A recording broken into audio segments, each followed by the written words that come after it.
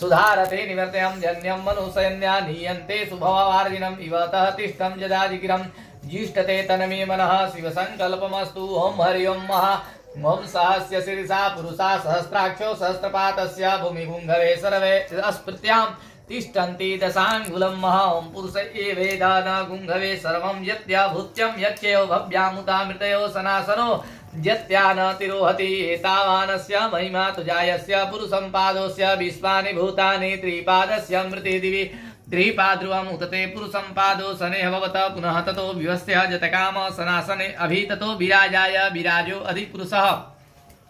स जातो अनचिन्त्रयस्यं दुत्रानपयोमत्तरणे चरवे तस्मादयवदय समृतो पृखस्यं पशुचक्रय व्यव्यानारणाय ग्रामस्य तस्मादयवजायत सर्वोच्चं समादय जङ्गिरं छन्दाङ्गुहवेशे जङ्गिरे तस्मादुवजायत तस्मादयवजयन्तः एके चोचभ्यं दवो नहि जङ्गिरं तस्मादयवजायतम्।